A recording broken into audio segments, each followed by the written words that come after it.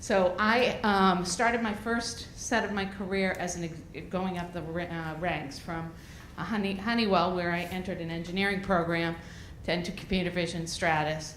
And then when I was at Stratus, my boss said to me, hey, you know, I think you should go to startups. But in the early 90s, so I'm dating myself, the industry for venture capital for women in particular, not that that's changed all that much, wasn't very good. And he said, well, it's a boys' club, so you need to have a success before they're going to let you in.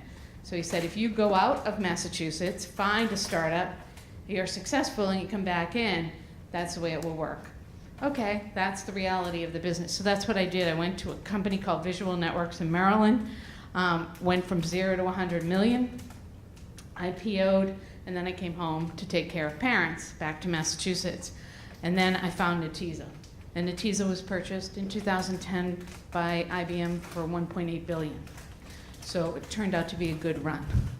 So because I work at MIT, I have to have more education because I didn't go to MIT. so I had to get a lot of education.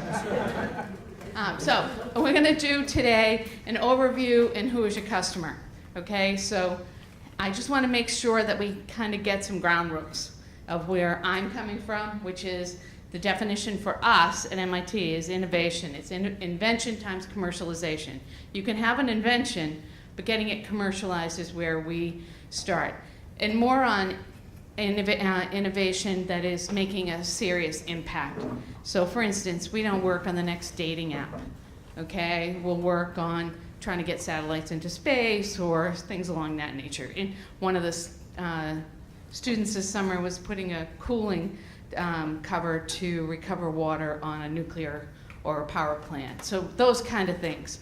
Because we do have a lot of money at MIT to support entrepreneurship, so you want to make sure that you're spending it wisely. But we don't want money for students to get in the way of a really creative idea.